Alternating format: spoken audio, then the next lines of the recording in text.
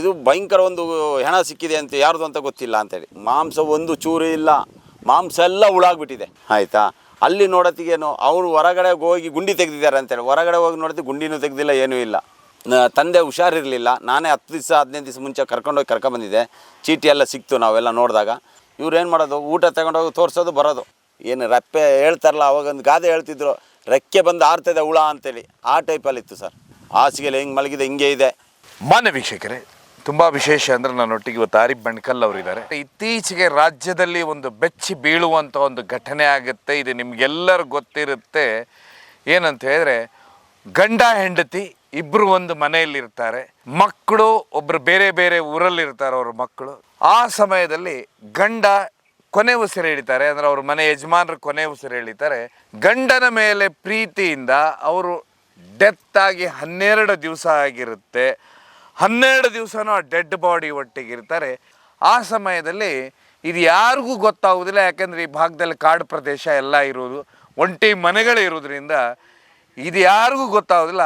ಆ ಸಮಯಕ್ಕೆ ತುರ್ತಾಗಿ ಫೋನ್ ಬರೋದಂತ ಹೇಳಿದ್ರೆ ಆರಿಫ್ ಬಣ್ಕಲ್ ಅವರಿಗೆ. ಯಾಕೆಂದರೆ ಆರಿಫ್ ಬಣ್ಕಲ್ ಅವರು ಚಾರ್ಮಾಡಿಯ ಆಪತ್ ಬಾಂಧವರು. ತುಂಬ ವಿಶೇಷ ಅಂತ ಹೇಳಿದ್ರೆ ಇವರು ಆಂಬುಲೆನ್ಸ್ ಇಟ್ಕೊಂಡಿದ್ದಾರೆ, ಇಲ್ಲಿವರೆಗೆ 100 ಶವಗಳನ್ನು ಎತ್ತಿದ್ದಾರೆ. ಇದೇ ಸಮಯಕ್ಕೆ ಆ ಡೆಡ್ ಬಾಡಿ ನೋಡಿದಾಗ ಯಾರು ಅಂತ ಹೇಳಿದ್ರೆ ಸಾಮಾನ್ಯವಾಗಿ ಮನುಷ್ಯ ಆ ರೀತಿಯ ದೇಹ ನೋಡ್ಲಿಕ್ಕೆ ಸಾಧ್ಯ ಇಲ್ಲ ಅಂತಾರೆ. ಯಾಕಂತ ಹೇಳಿದ್ರೆ ನೀವು ತಿಳ್ಕೊಬೋದು, ಏನು ಜೇನು ಗೂಡಿಗೆ ಜೇನುಗಳು ಮುತ್ಕೊಂಡಾಗ ಆ ಪಿಕ್ಚರ್ ಹೇಗೆ ಕಾಣುತ್ತೆ, ಹಾಗೆ ಒಂದು ಡೆಡ್ ಬಾಡಿ ಅಲ್ಲಿ ಬಿದ್ದಿರುತ್ತೆ. ಅದ್ರ ಹೆಂಡತಿ ತಾಟಿನಲ್ಲಿ ಊಟ ಕೊಡುವಂಥ ಪ್ರಯತ್ನ ಮಾಡ್ತಾ ಇರ್ತಾರೆ. ಈ ರೀತಿಯ ಹೃದಯ ವಿದ್ರಾವಕ ಘಟನೆ ನಾವು ನಮ್ಮ ರಾಜ್ಯದಲ್ಲಿ ನಾನು ಕೇಳಿಲ್ಲ, ನೋಡಿಲ್ಲ. ಅದರಲ್ಲಿ ಆ ರೂಮಿಗೆ ಒಳನುಗ್ಗಿ ಮುಂದೆ ಹೋಗಿ ಆ ಡೆಡ್ ಬಾಡಿನಲ್ಲಿಂದ ತೆಗೆದು ಅಂತಿಮ ಸಂಸ್ಕಾರ ಅಂತ ಹೇಳಿದ್ರೆ ಅಂತಿಮ ವಿಧಾನವನ್ನು ಮಾಡುವಂಥವ್ರು ಅಂತ ಹೇಳಿದ್ರೆ ಆರಿಫ್ ಸರ್. ಸೊ ಅವ್ರ ಹತ್ರನೇ ಕೇಳ್ತಾ ಹೋಗ. ತುಂಬ ಧನ್ಯವಾದ ಸರ್. ಸರ್ ನಮಸ್ತೆ ಸರ್. ಮೊನ್ನೆ ರಾಜ್ಯದಲ್ಲಿ ಒಂದು ಹೃದಯ ವಿದ್ರಾವಕ ಘಟನೆ ನಡೆಯುತ್ತೆ. ಒಂದು ಶವ, ಗಂಡ ಹೆಂಡತಿ ಇಬ್ರು ವಯಸ್ಸಾದಂಥವ್ರು, ಒಂದು ಶವ ಇರುತ್ತೆ, ಅದ್ರೊಟ್ಟಿಗೆ ಅವ್ರು 10 ದಿವಸನೂ ಇರ್ತಾರೆ. ಅದಾದ್ಮೇಲೆ ಫಸ್ಟ್ ಟೈಮ್ ನೀವೇ ಹೋಗಿ ಆ ಶವವನ್ನ ಗುರುತು ಹಿಡಿತೀರಾ, ಎತ್ತುತ್ತೀರಾ, ಏನ್ ಸರ್ ಕತೆ ಅದು? ಸರ್ ಅಲ್ಲಿ ಒಬ್ರು ಗಂಡ ಹೆಂಡತಿ ಮತ್ತು ಒಂದು ಹೆಣ್ಣು ಮಗು, ಒಬ್ಬ ಗಂಡು ಮಗ. ಅವರು ಹೆಣ್ಣು ಮಗು ಮದುವೆ ಮಾಡಿಕೊಟ್ಟಿದ್ದಾರೆ. ಅವರು ಹೊರದೇಶದಲ್ಲಿರೋದು, ಮಗ ಬೆಂಗಳೂರಲ್ಲಿ ಕೆಲಸ ಮಾಡ್ತಿರೋದು. ಸುಮಾರು ಅವನು 10ರಿಂದ 15 ದಿವಸ ಮುಂಚೆ ಅವ್ರ ಮನೆಗೆ ಬಂದು ಹೋಗಿ ಅವರ ತಂದೆಗೆ ಸ್ವಲ್ಪ ಹುಷಾರಿರಲಿಲ್ಲ. ಅವರನ್ನು ಮಂಗಳೂರು ಆಸ್ಪತ್ರೆಗೆ ಕರ್ಕೊಂಡು ಹೋಗಿದ್ದ. ಕರ್ಕೊಂಡು ಹೋದ ತಕ್ಷಣವೇ ಅದಾದ ನಂತರ ಅವರ ಮಗ ಟ್ರೀಟ್ಮೆಂಟ್ ಎಲ್ಲ ಮಾಡಿಸಿ ಮನೆಯಲ್ಲಿ ಟ್ಯಾಬ್ಲೆಟ್ಸು ಇದನ್ನೆಲ್ಲ ಕೊಟ್ಟು ತಾಯಿ ಹತ್ರ ಹೇಳಿ ಹೋಗಿರ್ತಾರೆ, ತಂದೆನ ನೋಡ್ಕೊ ಅಂತೇಳಿ. ಅಷ್ಟೊತ್ತಿಗೆ ಅವ್ರ ತಾಯಿಗೆ ಏನಾಗಿದೆ ಅಂದರೆ ಅಲ್ಲೇ ಬರೋದು. ಅವ್ರ ತಾಯಿಗೆ ಸ್ವಲ್ಪ ಮಾನಸಿಕ ಅಸ್ವಸ್ಥ ಅವರು. ಅದು ಮಗನಿಗೆ ಗೊತ್ತಿಲ್ಲ. ಮಗನಿಗೆ ಗೊತ್ತು ಮಾನಸಿಕ ಅಸ್ವಸ್ಥ ಅಂತ. ಒಂದು 2 ವರ್ಷ ಮುಂಚೆ ನಾನು ಅವ್ರನ್ನ ಕರ್ಕೊಂಡು ಹೋಗಿದ್ದೀನಿ. ಎಲ್ಲಿಗೆ? ಆ ಮಹಿಳೆಯನ್ನು ಮಂಗಳೂರು ಖಾಸಗಿ ಆಸ್ಪತ್ರೆಗೆ. ಅಲ್ಲಿ 1 ವಾರ ಇದ್ದು ಬಂದಿದ್ದಾರೆ, ಸ್ವಲ್ಪ ಕಮ್ಮಿ ಇತ್ತು. ಇದಾದ ನಂತರ ಇವ್ರು ಏನು ಮಾಡಿದ್ದಾರೆ, ಅವರ ತಾಯಿಗೆ ಮಗ ಹೇಳೋಗಿದ್ದಾನೆ, ನಾನು ಹೋಗ್ತೀನಿ, ಕೆಲ್ಸಕ್ಕೆ ಹೋಗ್ತೀನಿ, ಇಬ್ಬರಳು ಇರೋದಲ್ಲ, ನೋಡ್ಕ ಅಂತೇಳಿ. ಅಲ್ಲಿ ಅಕ್ಕಪಕ್ಕದವ್ರು ಹೇಳ್ತಾರೆ, ಸುಮಾರು 8 ದಿವಸದಿಂದ ಅವರು ತಂದೆ ಹೊರಗಡೆ ಇಲ್ಲ, ಅವ್ರೂ ಬರಲ್ಲ ಅಂತೇಳಿ. ಆವಾಗ ಒಬ್ಬ ಅವರ ಮಗ ಏನು ಮಾಡ್ತಾನೆ, ಡೈಲಿ ಫೋನ್ ಮಾಡ್ತಾನೆ, ಅಪ್ಪ ಹೇಗಿದ್ದಾರೆ ಅಂತೇಳಿ. ಎಲ್ಲಿಂದ? ಬೆಂಗಳೂರಿಂದ. ಅದು ಏನಂದರೆ, ನಾವು ಈ ಮೃತದೇಹವನ್ನು ಒಳಗೆ ಹೋದ ತಕ್ಷಣ ಮಗನಿಗೆ ಫೋನ್ ಮಾಡಿದಾಗ ಮಗ ಡೈರೆಕ್ಟಾಗಿ ಹೇಳ್ತಾನೆ, ನಾನು ತಾಯಿಗೆ ಡೈಲಿ ಫೋನ್ ಮಾಡ್ತಾ ಇರ್ತೀನಿ, ಅಪ್ಪ ಹೇಗಿದ್ದಾರೆ, ಚೆನ್ನಾಗಿದ್ದಾರೆ ಅಂತೇಳಿ. ಏನು ಮಾಡಿದ್ದಾರೆ, ಮಲಗಿದ್ದಾರೆ. ಇವನು ಕೆಲಸ ಬಿಟ್ಟು ಬರೋದೇ ರಾತ್ರಿ ಆಗುತ್ತೆ, ರಾತ್ರಿಯೇ ಫೋನ್ ಮಾಡೋದು ಇವನು ಮಗ. ಇದಾದ ನಂತರ ಏನಾಗುತ್ತೆ ಅಂದರೆ 10ರಿಂದ 12 ದಿವಸ ಕಳೀತದೆ. ಹೆಣ ಅಲ್ಲೇ ಇದೆ. ಯಾರ್ದು? ಗಂಡಂದು ಅವ್ರದ್ದು ಅಲ್ಲೇ ಹೆಣ ಇರುತ್ತೆ.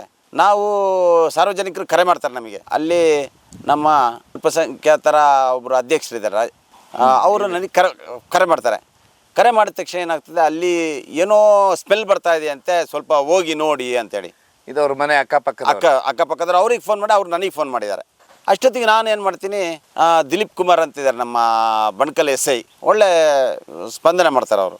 ಈ ಬಂದಂಥ ಎಲ್ಲ ಸಬ್ ಇನ್ಸ್ಪೆಕ್ಟರ್ಗಳು ನಮಗೆ ಹೇಳಿದ ಒಂದು ಮಾತಿಗೆ ಬಂದು ಇದು ಮಾಡಿ ಎಲ್ಲ ಸ್ಪಂದನೆ ಮಾಡ್ತಾರೆ. ಅವ್ರಿಗೆ ಕರೆ ಮಾಡಿದ ತಕ್ಷಣ ಅವ್ರು ಸಿಬ್ಬಂದಿ ವರ್ಗದ ಸಮೇತ ಬಂದರು. ಬಂದ ತಕ್ಷಣವೇ ಅವರು ಬೀಗ ತೆಗಿಲಿಕ್ಕೆ ಬಿಡಲಿಲ್ಲ. ಅವ್ರನ್ನ ಮನೆ ಹೊಲಿಸಿ ಬೀಗ ಎಲ್ಲ ತೆಗ್ದಾಯಿತು.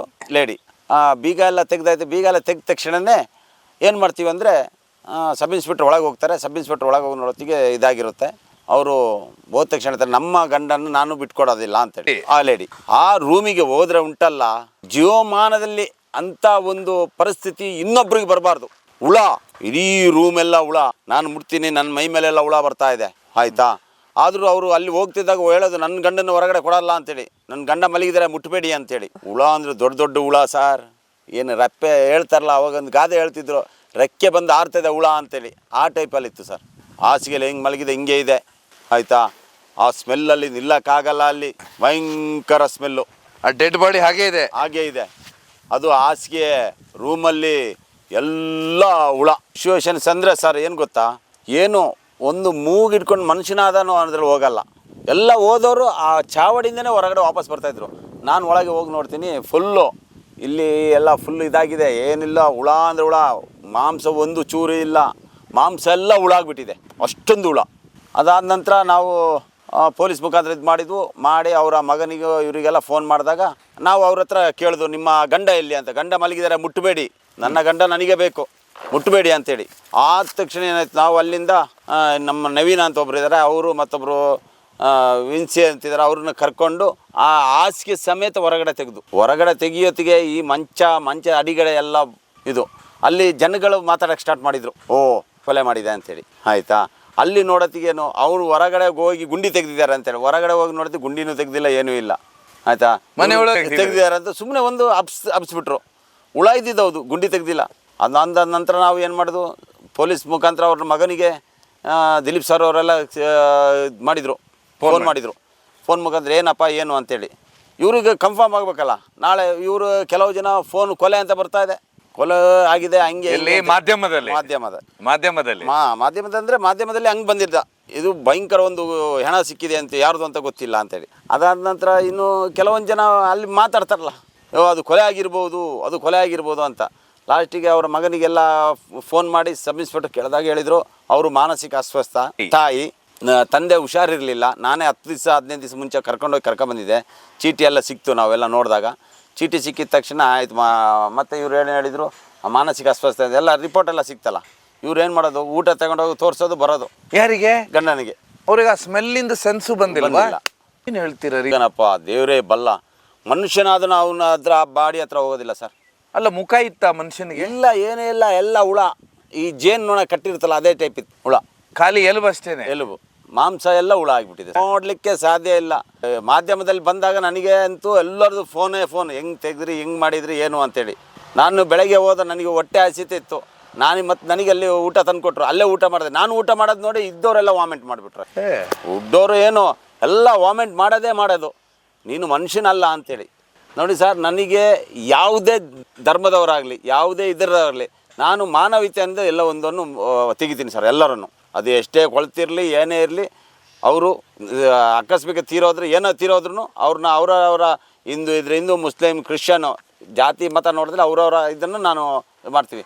ಅದಾದ ನಂತರ ನಾವು ಹೊರಗಡೆ ತರೋತೆ ಅವರ ಮಿಸ್ಸಸ್ ಏನಂದರು ಅಂದರೆ, ನಮಗೆ ನನ್ನ ಗಂಡನ ತಗೊಂಡು ಹೋಗೋದಿಲ್ಲ, ಬಿಡೋದಿಲ್ಲ ಅಂತ. ಮತ್ತು ಸಬ್ ಇನ್ಸ್ಪೆಕ್ಟ್ರ್ ಮನವೊಲಿಸಿ ಅಲ್ಲಿಂದ ನಾವು ಮೃತದೇಹವನ್ನು ಹೊರಗಡೆ ತಂದು ನಂತರ ಅದನ್ನು ನಾವು ಪ್ಯಾಕೆಲ್ಲ ಮಾಡಿ, ಹುಳ ಇದ್ದಂಗೆ ಪ್ಯಾಕ್ ಮಾಡಿ ಮತ್ತೆ ನನ್ನ ಆಂಬುಲೆನ್ಸಲ್ಲಿ ಹಾಕೊಂಡೋಗಿ ಅವರ ಫಾದರ್ನೆಲ್ಲ ಕರೆಸಿ ಅವರು ಪೂಜೆ ಎಲ್ಲ ಮಾಡಿಸಿ ಪದ್ಧತಿ ಪ್ರಕಾರನೇ ದಫನ್ ಮಾಡಿದ್ವಿ ಸರ್. ಅವರು ಅದು PM ಏನಾಗಲಿಲ್ಲ. ಅದು ಮಾನಸಿಕ ಇವರೇನು ಇದು ಮಾಡಿದ್ದಲ್ಲ ಸರ್. ಅದಾದ್ಮೇಲೆ ನನಗೊಂದು ಹೇಳಿ, ಅವ್ರ ಮಗನಿಗೆ ಕೇಳಿದ್ರ ತಾಯಿ ಏನೇ ಇಲ್ಲ ಡೈಲಿ ಅಡುಗೆ ಮಾಡ್ತಿದ್ರು ಸರ್. ಏನು ಹೇಗೆ ಮಾಡ್ತಿದ್ರು? ಅದು ಏನು ಗೊತ್ತಾ ಸರ್, ಮನೇನು ಗೊತ್ತಾ, ಹಾಲು ಹಾಕಿ ಅನ್ನ ಇರೋದು. ಅದು ಹಾಲು ಮೊಸರುನೂ ಅಲ್ಲ, ಹಾಲೂ ಅಲ್ಲ ಅಂಥದ್ದು. ಅದು ಎಷ್ಟು ದಿವಸ ಆಯ್ತಂತೆ ಹಾಲಿ ಮನೇಲಿ? ಹಾಲು ಅವ್ರು ಹೋಗೋದಿಗೆ 5 ಲೀಟ್ರ್ ಹಾಲೇನ ತಕ್ಕೊಟ್ಟಿದ್ದಾನಂತೆ. ಯಾರು? ಮಗ. ಅದನ್ನೇ ಅನ್ನ ಮಾಡಿ ಅದನ್ನೇ ಸಾಂಬಾರು ಮಾಡ್ತಂಗೆ ಮಾಡಿ ಊಟ ಮಾಡೋದು. ಯಾರು? ಆ ತಾಯಿ. ಅದನ್ನೇ ಊಟ ಮಾಡೋದು ಆ ಹೆಣದ ಪಕ್ಕನೇ. ಆಮೇಲೆ ಅವ್ರಿಗೆ ಊಟನ? ಅವ್ರಿಗೆ ಊಟ ತಗೊಂಡೋಗಿ ತೋಟದ ಮಗ ಫೋನ್ ಮಾಡಿದ್ರೆ ಮಲಗಿದೆ ಅಂತ ಹೇಳೋದು ಅಷ್ಟೇ. ಊಟ ತಟ್ಟೆಯಲ್ಲಿ ಊಟ ತಗೊಂಡೋಗೋದು, ಮಲಗಿದ್ದಾರೆ ಅಂತ ಅಷ್ಟೇ.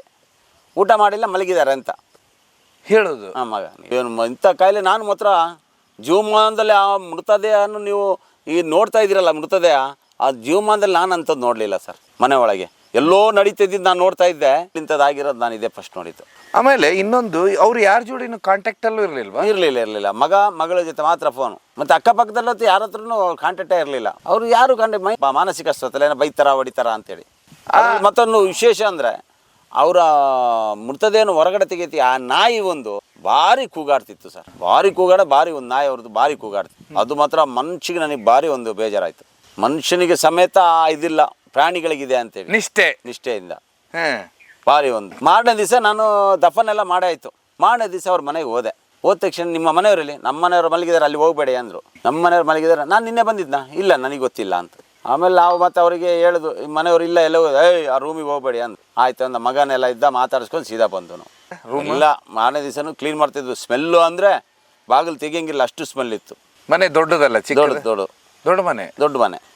ಒಂದು 2 ಬೆಡ್ರೂಮು, 2 ಹಾಲು, 1 ಕಿಚನ್, ಬಾತ್ರೂಮ್ ಇದೆ. ಏನಂತೀರಾ ನೀವು ಇದನ್ನೆಲ್ಲ ನೋಡಿದಾಗ? ಇವತ್ತಿನ ಯುವಕರಿಗೆ ತಂದೆ ತಾಯಿನ ಬಿಟ್ಟು ಹೋಗಿರ್ತಾರೆ ಊರಿಗೆ. ಸರ್ ನಾನು ಹೇಳ್ತೀನಿ, ತಂದೆ ತಾಯಿನ ನಿಮಗೂ ನೋಡ್ಕೊಳಕ್ಕಾಗಿಲ್ಲ ಅಂದರೆ ಯಾರಾದರೂ ಒಬ್ಬರನ್ನ ಮನೆ ಆಳ ಕೆಲಸಗಾರನ ಒಬ್ಬರನ್ನ ಇಟ್ಟೋಗಿ. ಯಾಕಂದರೆ ಇವತ್ತು ಅವ್ರಿಗೆ ಆಗದ ಪರಿಸ್ಥಿತಿ ನಾಳೆ ನಾವು ವಯಸ್ಸಾದ ನಮ್ಮನ್ನು ಹಂಗೆ ನೋಡ್ಕೊಳ್ತಾರೆ.